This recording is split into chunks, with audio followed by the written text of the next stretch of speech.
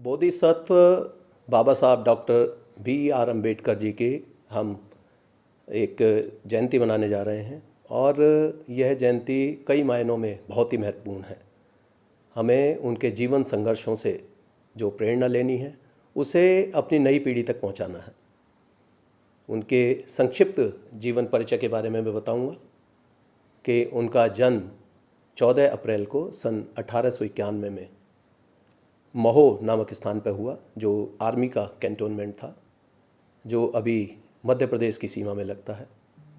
और आरंभिक शिक्षा और उनके जो आरंभिक जीवन था उसमें बहुत सारी कठिनाइयाँ आई। उस समय छूत अछूत, अस्पृश्यता, ऊंच नीच का भेदभाव, न केवल विभिन्न वर्गों में बल्कि स्त्री पुरुष का भेदभाव, विभिन्न समुदायों का भेदभाव, ये अपने चरम पर था।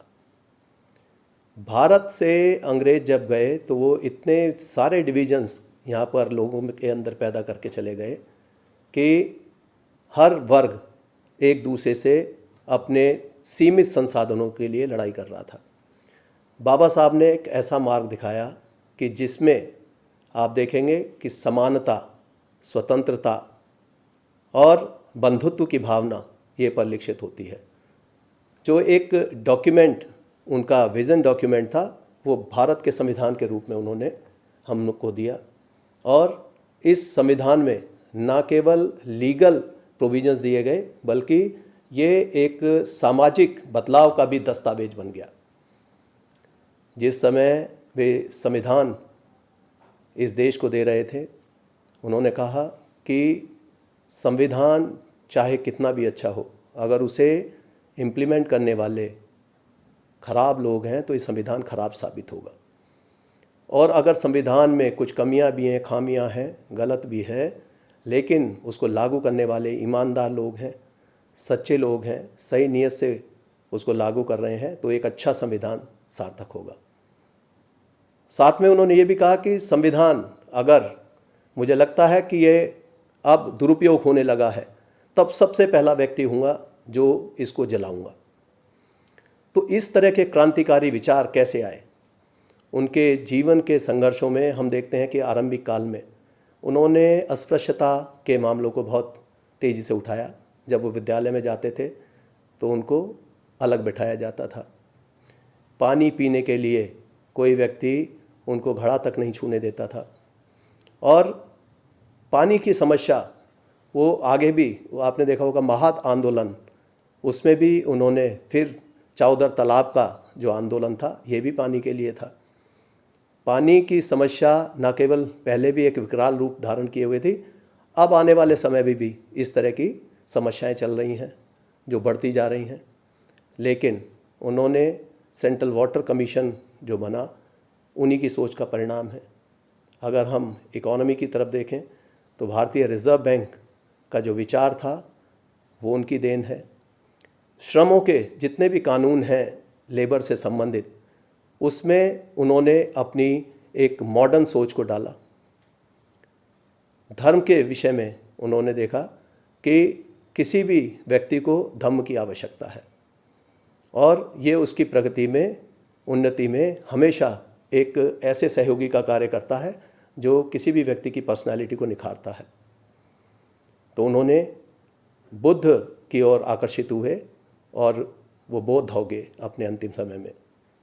1956 में जब 6 दिसंबर को बाबा साहब का जब परिनिर्वाण हुआ तो उस समय उनके साथ ही काफ़ी जो करीबी थे उनमें नानक चंद रत्तू जी हैं जिन्होंने उनके बारे में काफ़ी लिखा है। उससे पहले भगवान दास जी ने काफ़ी लिखा है किस प्रकार से उनके मनमुटाव हो गए नेहरू जी से केवल हिंदू कोड बिल को लेकर। वो चाहते थे कि हिंदू समाज में जितनी भी कुरीतियाँ हैं वो समाप्त हो जाएं और सभी हिंदू जन मिलकर एक मजबूत समाज की स्थापना करें। लेकिन बहुत सारे इसमें पुरानी जो शास्त्रों की विधियाँ थीं वो आड़े आती थी।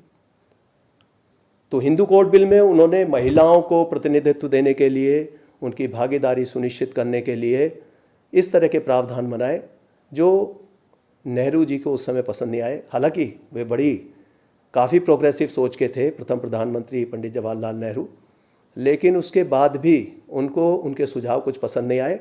कारण था कि उनका मानना था कि इससे हिंदू समाज में रोष व्याप्त हो सकता है, काफ़ी रेजिस्टेंस होगा। लेकिन आज हम देखते हैं कि उनके बाद हिंदू कोड बिल में जितनी भी उन्होंने बातें कही थी, चाहे वो लड़कियों के लिए अपने पिता की संपत्ति में हिस्सा की बात हो, पढ़ाई का अधिकार हो, हर जगह स्त्री का प्रतिनिधित्व हो, ये सब बातें आज कानूनी प्रावधानों के रूप में हमारे देश में लागू हो चुकी हैं। डॉक्टर अंबेडकर अपने समय से काफ़ी उनकी सोच और बहुत आगे की थी। एक वो बिल्कुल भविष्य के दृष्टा के रूप में उनको देखा जा सकता है।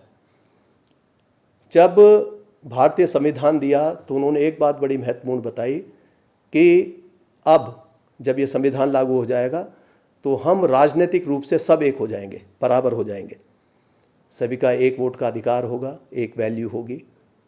और जो आर्थिक क्षेत्र है, जो हमारा राजनीति के अलावा जो सामाजिक क्षेत्र में जो गैर बराबरी का जो दर्जा है या आर्थिक गैर बराबरी का दर्जा है, वो हो सकता है बढ़ता ना जाए, लेकिन उसको भी कम करने के लिए उन्होंने भारतीय संविधान में डायरेक्टिव प्रिंसिपल्स के रूप में ऐसे उपाय दिए कि जिससे कि ये खाई ऊंच नीच की कम हो सके, ना केवल सामाजिक क्षेत्र में बल्कि आर्थिक क्षेत्र में और ये सामाजिक क्षेत्र में भी विषमताएं समाप्त हों।